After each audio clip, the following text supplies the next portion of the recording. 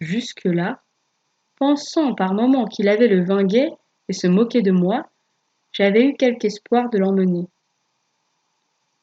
Mais le voyant souffler son orgue imaginaire avec une ardente conviction, je perdis tout à fait l'esprit. J'entrai dans son rêve que le vin de Chanturgue largement fêté rendait peut-être essentiellement musical. La peur fit place à je ne sais quelle imprudente curiosité, comme on l'a dans les songes.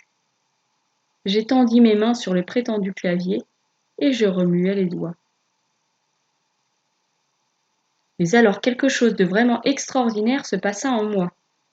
Je vis mes mains grossir, grandir et prendre des proportions colossales. Cette transformation rapide ne se fit pas sans me causer une souffrance telle que je ne l'oublierai de ma vie. Et à mesure que mes mains devenaient celles d'un titan, le chant de l'orgue que je croyais entendre acquérait une puissance effroyable. Maître Jean croyait l'entendre aussi, car il me criait « Ce n'est pas l'introïte ? Qu'est-ce que c'est ? Je ne sais pas ce que c'est, mais ce doit être de moi. C'est sublime. » Ce n'est pas de vous, lui répondis-je, car nos voix devenues titanesques couvraient les tonnerres de l'instrument fantastique. Non, ce n'est pas de vous, c'est de moi. Et je continuai à développer le motif étrange, sublime ou stupide qui surgissait dans mon cerveau. Maître Jean soufflait toujours avec fureur et je jouais toujours avec transport. L'orgue rugissait, le titan ne bougeait pas.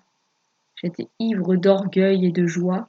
Je me croyais à l'orgue de la cathédrale de Clermont, charmant une foule enthousiaste, lorsqu'un bruit sec et strident comme celui d'une vitre brisée m'arrêta net. Un fracas épouvantable, et qui n'avait plus rien de musical, se produisit au-dessus de moi. Il me sembla que la roche Sanadoire oscillait sur sa base. Le clavier reculait et le sol se dérobait sous mes pieds. Je tombais à la renverse et je roulais au milieu d'une pluie de pierres. Les basaltes s'écroulaient. Maître Jean, lancé avec l'arbuste qu'il avait déraciné, disparaissait sous les débris. Nous étions foudroyés. Ne me demandez pas ce que je faisais et ce que je fis pendant les 2 ou 3 heures qui suivirent. J'étais fort blessé à la tête et mon sang m'aveuglait.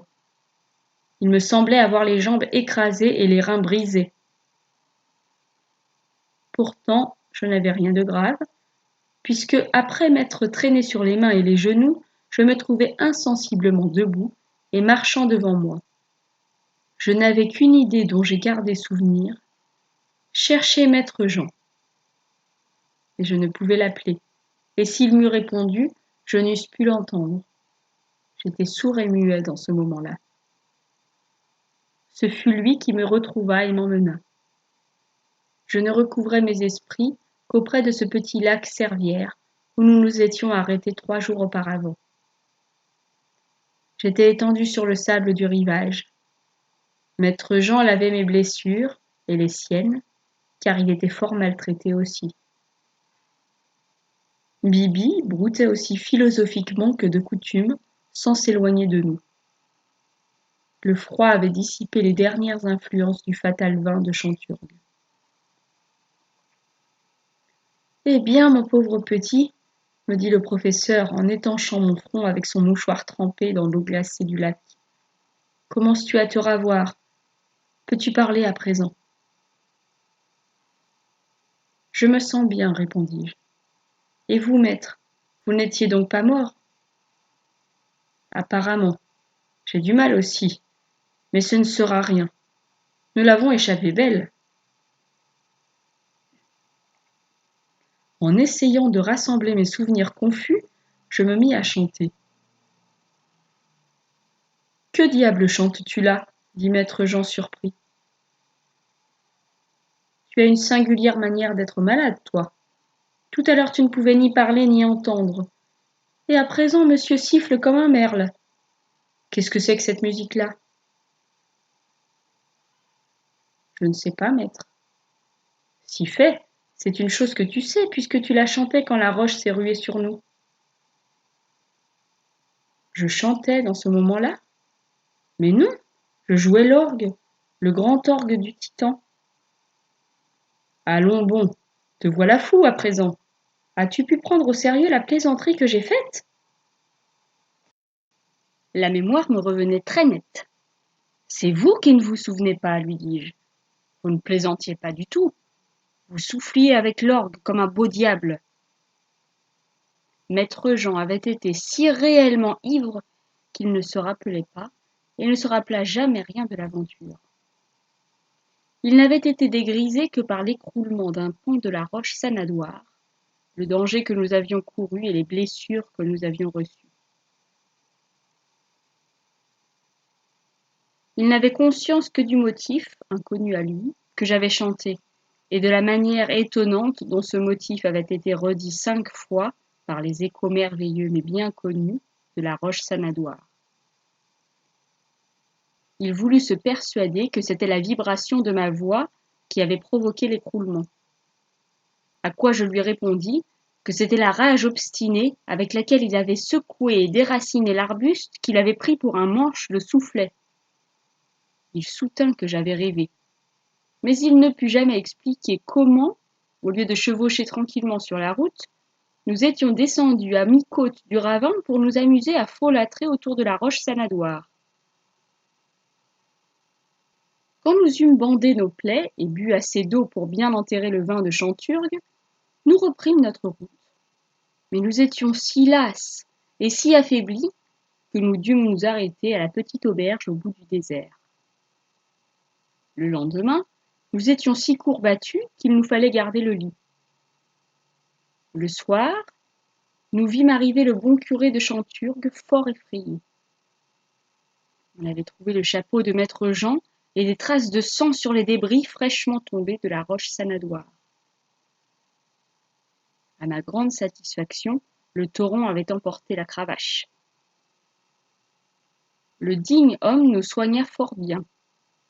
Il voulait nous ramener chez lui, mais l'organiste ne pouvait manquer à la grand-messe du dimanche, et nous revînmes à Clermont le jour suivant. Il avait la tête encore affaiblie ou troublée quand il se retrouva devant un orgue plus inoffensif que celui de la Sanadoire. La mémoire lui manqua 2 ou 3 fois et il dut improviser. Ce qu'il faisait de son propre aveu très médiocrement, bien qu'il se piquât de composer des chefs-d'œuvre à tête reposée. À l'élévation, il se sentit pris de faiblesse et me fit signe de m'asseoir à sa place. Je n'avais jamais joué que devant lui, et je n'avais aucune idée de ce que je pourrais devenir en musique. Maître Jean n'avait jamais terminé une leçon sans décréter que j'étais un âne. Un moment, je fus presque aussi ému que je l'avais été devant l'orgue du Titan. Mais l'enfance a ses accès de confiance spontanée. Je pris courage. Je jouai le motif qui avait frappé le maître au moment de la catastrophe, et qui depuis ce moment-là n'était pas sorti de ma tête. Ce fut un succès qui décida de toute ma vie, vous allez voir comment. Après la messe, monsieur le grand vicaire, qui était un mélomane très érudit en musique sacrée, fit mander maître Jean dans la salle du chapitre. Vous avez du talent, lui dit-il, mais il ne faut point manquer de discernement. Je vous ai déjà blâmé d'improviser ou de composer des motifs qui ont du mérite, et que vous placez hors de saison, tendres ou sautillants quand ils doivent être sévères, menaçants et comme irrités quand ils doivent être humbles et suppliants. Ainsi, aujourd'hui à l'élévation, vous nous avez fait entendre un véritable chant de guerre. C'était fort beau, je dois l'avouer, mais c'était un sabbat et non un adorémousse. J'étais derrière maître Jean pendant que le grand vicaire lui parlait, et le cœur me battait bien fort. L'organiste s'excusa, naturellement en disant qu'il s'était trouvé indisposé et qu'un enfant de chœur, son élève, avait tenu l'orgue à l'élévation. « Est-ce vous, mon petit ami ?» dit le vicaire en voyant ma figure émue. « C'est lui, répondit maître Jean. C'est ce petit âne. Ce petit âne a fort bien joué, reprit le grand vicaire en riant. Mais pourriez-vous me dire, mon enfant, quel est ce motif qui m'a frappé? J'ai bien vu que c'était quelque chose de remarquable, mais je ne saurais dire où cela existe. Cela n'existe que dans ma tête, répondis-je avec assurance. Cela m'est venu dans la montagne. T'en est-il venu d'autres? Non, c'est la première fois que quelque chose m'est venu. Pourtant, ne faites pas attention, reprit l'organiste. Il ne sait ce qu'il dit. C'est une réminiscence. C'est possible. Mais de qui? De moi, probablement. On jette tant d'idées au hasard quand on compose. Le premier venu ramasse les bribes. Vous auriez dû ne pas laisser perdre cette bribe-là, reprit le grand vicaire avec malice. Elle vaut une grosse pièce. Il se retourna vers moi en ajoutant. Viens chez moi demain après ma messe basse. Je veux t'examiner. Je fus exact. Il avait eu le temps de faire ses recherches. Nulle part il n'avait trouvé mon motif. Il avait chez lui un beau piano et me fit improviser. D'abord je fus troublé, et il ne me vint que du gâchis. Puis peu à peu, mes idées s'éclaircirent, et le prélat fut si content de moi qu'il manda maître Jean et me recommanda à lui comme son protégé tout spécial. C'était lui dire que mes leçons lui seraient bien payées. Le professeur me retira donc de la cuisine et de l'écurie, me traita avec plus de douceur, et en peu d'années m'enseigna tout ce qu'il savait. Mon protecteur vit bien alors que je pouvais aller plus loin, et le petit âne était plus laborieux et mieux doué que son maître. Il m'envoya à Paris, où je fus très jeune encore, en état de donner des leçons et de jouer dans les concerts. Mais ce n'est pas l'histoire de ma vie entière, comme je vous ai promise. Ce serait trop long, et vous savez maintenant ce que vous vouliez savoir.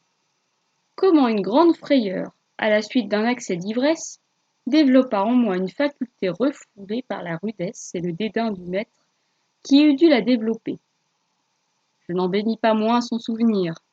Sans sa vanité et son ivrognerie, qui exposèrent ma raison et ma vie à la roche sanadoire, ce qui couvait en moi n'en fut peut-être jamais sorti.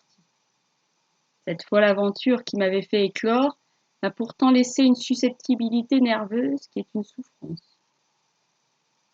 Parfois, en improvisant, j'imagine entendre l'écroulement du roc sur ma tête et sentir mes mains grossir comme celles du Moïse de Michel-Ange. Cela ne dure qu'un instant, mais cela ne s'est point guéri entièrement, et vous voyez que l'âge ne m'en a pas débarrassé. Mais, dit le docteur au maestro quand il eut terminé son récit, à quoi attribuez-vous cette dilatation fictive de vos mains, cette souffrance qui vous saisit à la roche sanadoire avant son trop réel écroulement? Je ne peux l'attribuer, répondit le maestro, qu'à des orties ou à des ronces qui poussaient sur le prétendu clavier. Vous voyez, mes amis, que tout est symbolique dans mon histoire. La révélation de mon avenir fut complète. Des illusions, du bruit et des épines.